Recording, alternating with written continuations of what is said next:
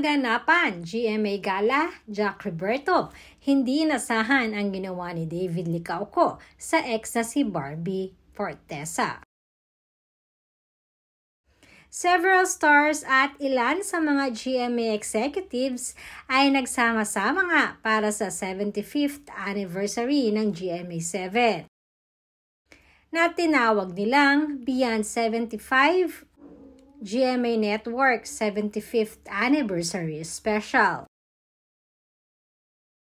Meanwhile, ang ilan naman sa mga stars who graced the red carpet ay pinangungunahan na ng mag-asawang Ding Dong and Marian Dantes, Alden Richards, Barbie Fortesa, at David Licauco. At spotted din ang ilan sa mga former Pinoy Big Brother housemates katulad na lamang na Ashley Ortega, Shuvi Entrata, Dustin Yu, Michael Sagar, Vince Maristella, Chos Ford, AC Bonifacio, and Sarel Manabat ay nandun din sa event.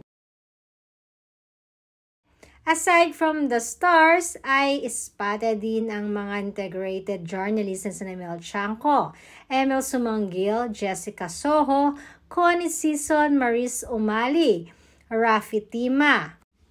Ay lumakad din silang lahat sa red carpet.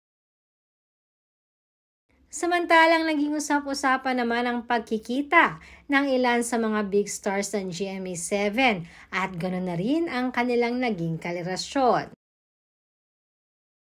Pagkatapos kasi na naging celebration ay diretsyo naman ang lahat para sa after party. Ayon nga sa isang insider, muli di umanong nagkita sina Barbie at ang ex nitong si Jack Roberto. Wala naman di umanong nakitang ilangan kina Barbie, subalit nagulat lang di umano itong si Jack nang makita kung gaano alagaan ni David Licauco ang ex niyang si Barbie Fortesa.